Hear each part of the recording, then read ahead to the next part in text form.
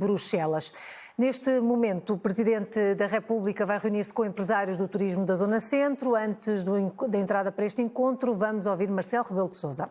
Dos empresários. Do setor da hotelaria, da restauração. Há aqui uma questão. O Presidente da República já está aqui no Hotel do Luso, num encontro que vai juntar agentes hoteleiros e da restauração. Há uma pergunta de um colega jornalista perguntando sobre a atual situação de crise que envolve a restauração e a hotelaria. E o que é que o Presidente da República pode dizer nesta situação? É um pouco mais complicado do que isso. Nesta região centro houve uma recuperação pequena, mas apesar de tudo sensível durante o verão, porque houve muito turismo nacional, mais de 70% do turismo aqui foi nacional, e depois houve turismo espanhol, francês, mas tudo menos significativo, mas essa recuperação não compensou os meses anteriores e não está a compensar aquilo que aconteceu no último mês e meio, 2 meses. Portanto, é uma situação que cobre a hotelaria, cobre a restauração e que, com este panorama da pandemia e com o alastramento do número de municípios, com o número de casos que apontam para um risco maior, e como sabem, é o caso do município onde nos encontramos, que foi aditado ao elenco dos municípios que merecem medidas mais apertadas. Isso repercute no turismo, na restauração, na quebra de receitas, nos empréstimos, nomeadamente bancários, e, portanto, certamente que eu vou aqui ouvir e serei porta-voz junto, nomeadamente, do Governo e de outras autoridades, daquilo que pode ser feito em termos de apoios e aquilo que pode ser pensado em termos de, por exemplo, moratórias. As moratórias ao sistema financeiro que foram alongadas, mas que é uma questão a repensar se esta situação da pandemia se prolongar e se prolongar com um número elevado de casos e com os prejuízos económicos e sociais que todos conhecem. Estas medidas que foram tomadas agora são as mais indicadas. O estado de emergência, com os casos a aumentar, também pode ser renovado. Bom, o que aconteceu agora foi o seguinte: fazer-se coincidir no tempo o estado de calamidade com o estado de emergência, porque não coincidiam no tempo.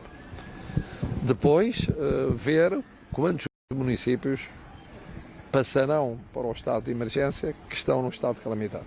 Tem havido um alargamento, um alastramento. Veremos se isso continua ou se começa a haver a diminuição do número de municípios num ponto ou noutro. Terceiro, estabelecer grupos com regimes diferentes.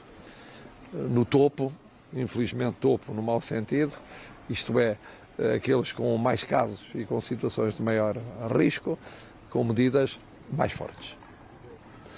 E depois, uma graduação até àqueles que estão com números à volta dos 200 e muitos, 300, e não propriamente 800, 1000, 1500, 2000 ou mais de 2000. Depois, naturalmente, ver o efeito das medidas tomadas agora.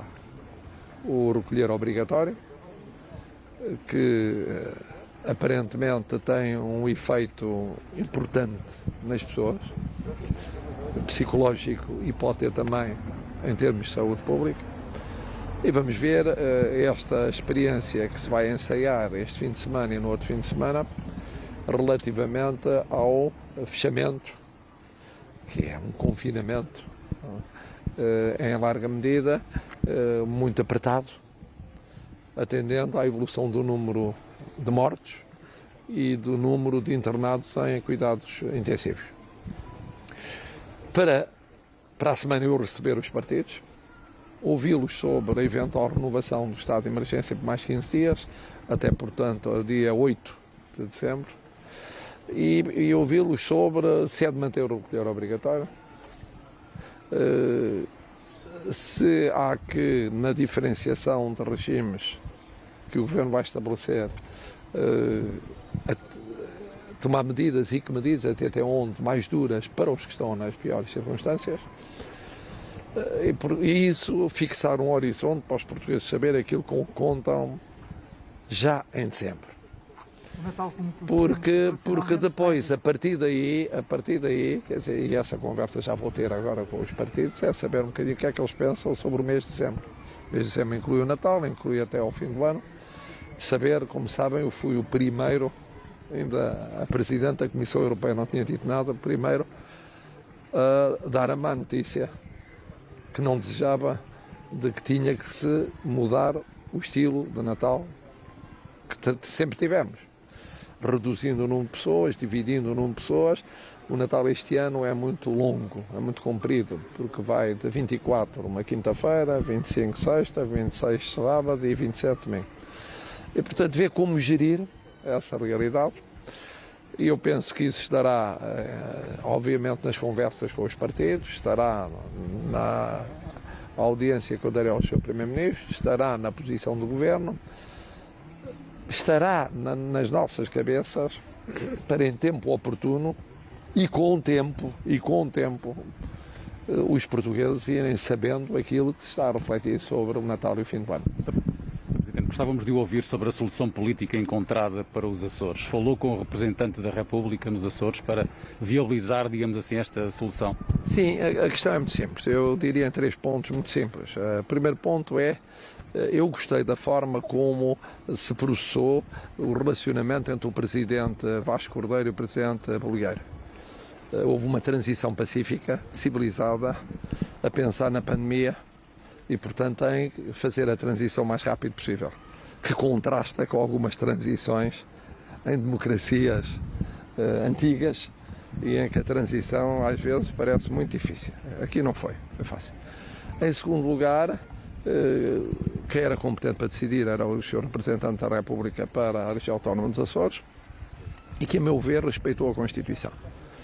Respeitou a Constituição na medida em que a Constituição permite que o partido que forma governo seja não o mais votado, mas aquele que tem maioria parlamentar. Já tivemos a experiência a nível nacional. Em segundo lugar, que todos os partidos com assento no Parlamento têm o mesmo direito de voto sobre o programa de governo ou sobre o orçamento de Estado e, portanto, têm o mesmo direito de viabilizar governos. Em terceiro lugar, a preocupação de o processo de transição ser relativamente rápido por causa da pandemia. Portanto, constitucionalmente, eu penso que não há nada a apontar ao Sr. Representante da República para os Açores. Eu ainda depois tive conhecimento dos acordos de viabilização parlamentar. Já tinha sido indigitado o novo Presidente do Governo Regional e não encontrei nos acordos nada que fosse contra a Constituição. O Presidente é garante da Constituição. Quanto à solução política em si mesmo, o representante disse que não tinha de concordar ou discordar. Constitucionalmente era a solução que decorria do funcionamento das instituições, era uma escolha dos partidos, era uma estratégia dos partidos e, portanto, não tinha de concordar politicamente com a solução. Por maioria de razão, o Presidente da República. Uma coisa é ter de, outra coisa é gostar de. Aqui ter de é que era a única solução constitucional e, portanto, como única solução constitucional foi aquela que o representante da República acolheu. Gostar de é uma coisa diferente. Nem o representante da República nem o Presidente tinham de gostar ou desgostar. Agora, sabem a minha posição, que é uma posição antiga, sobre partidos antissistémicos ou assistémicos. Eu disse na Assembleia da República no dia 25 de abril de 2018. Eu disse que esses partidos nasciam de causas que são conhecidas, o que é que eles significavam e as consequências que traziam. Em suma, o que eu disse foi 3 coisas muito simples, que é, há que prevenir o seu aparecimento evitando as causas de insatisfação que o justificam. Há que evitar a proibição na Secretaria, mas há que combater as ideias. Portanto, no plano das ideias. O que significa, portanto, que para quem, como eu, tem tido um mandato preocupado com o fazer pontes, o reforçar a moderação o aceitar como boa alternativa, mas evitar a radicalização, é evidente que não é uma solução ideal aquela que significa uma coisa diferente do que é o sentido do mandato. Por isso eu disse, uma coisa é ter de se fazer isso, outra coisa é gostar disso. Eu imagino que o Presidente Cavaco Silva, por razões muito diferentes, ou de uma perspectiva diferente, quando formou o governo que formou, provavelmente teve de, mas não gostou. É exatamente o que eu penso sobre o que se passou nos Açores. Acha que então o PSD está a legitimar essas ideias radicais do Chega com este entendimento? Acho que é uma opção. É uma opção dos partidos, e os partidos, quando tomam essas opções, têm vantagens e têm riscos, e têm preços. Na vida não há só vantagens, há também preços, quer a nível regional, quer a nível nacional. Sr. Presidente, no processo de tanques o senhor fez uma declaração por escrito, conforme lhe havia sido pedido. Ora, há uma situação recorrente, sobretudo por parte das defesas, de que tudo isto acontece por via de uma guerra institucional entre a Polícia Judiciária Civil e a Polícia Judiciária Militar. Curiosamente, na resposta à primeira questão que lhe foi colocada, o senhor deixa antever já uma queixa, antes de tudo isto, por parte dos elementos da Polícia Judiciária Militar em relação à Polícia Judiciária Civil, que estariam, de alguma forma, a obstaculizar todo este processo. Com base nessas suas declarações, há razão de ser para esta situação invocada no Tribunal de uma guerra entre as duas judiciárias? Eu descrevo os factos.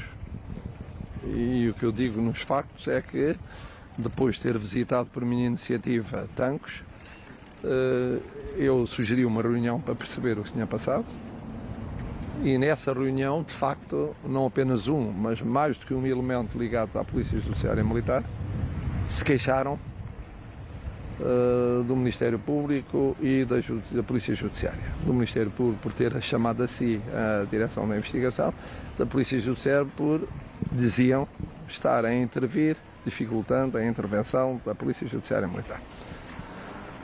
E foi-me pedido para transmitir isso ao Ministério Público, concretamente à Sra. Procuradora-Geral da República. Eu fiz isso e ela explicou o que se tinha passado, porque é que tinha chamado assim, entendemos, ao Ministério Público, e porque é que ia dirigir as investigações nos termos em que entendia que devia dirigir.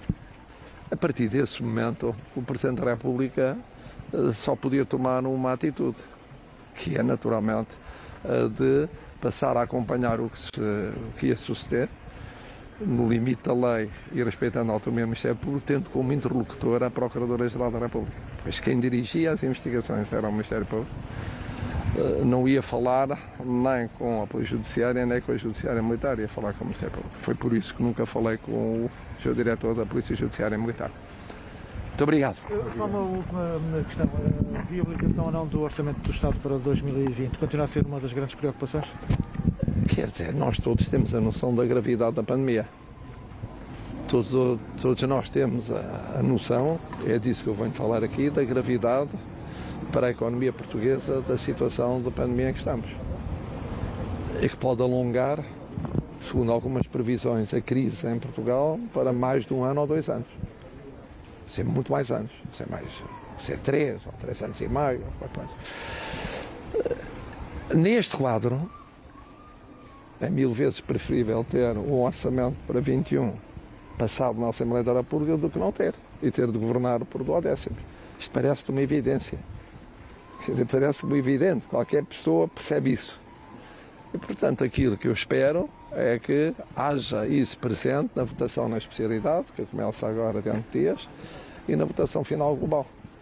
É legítimo que os partidos tenham as suas estratégias, tenham os seus pontos de vista, mas devem ter presente que os portugueses, nesta altura, estão muito, muito preocupados com a pandemia, muito preocupados com o desemprego e com a perda de salários e a perda de outros rendimentos. Estamos longe do tal consenso alargado. Não, e portanto eu espero que esse consenso que viabilize o orçamento, mesmo que seja um consenso mínimo, exista para termos no dia 1 de janeiro um orçamento pensado para 2021 e não um orçamento pensado para 2020, mesmo com o orçamento suplementar, e que é aplicado, dividido por 12, ao longo de meses de 2021. Não é uma boa solução. Eu prefiro a primeira solução, que é haver um orçamento para 2021 viabilizado.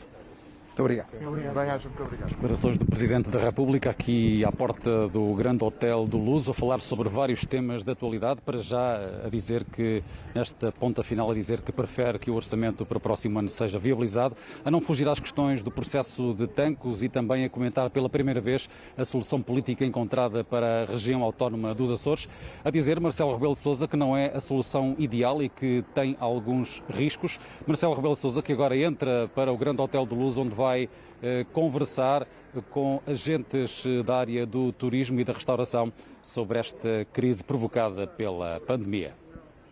Álvaro Coimbra a acompanhar o Presidente da República, que falou pela primeira vez sobre a solução governativa dos Açores, a dizer que há uma diferença entre o ter de e o gostar de. Ter de porque é a única solução constitucional que aparentava na altura, e o gostar dessa solução.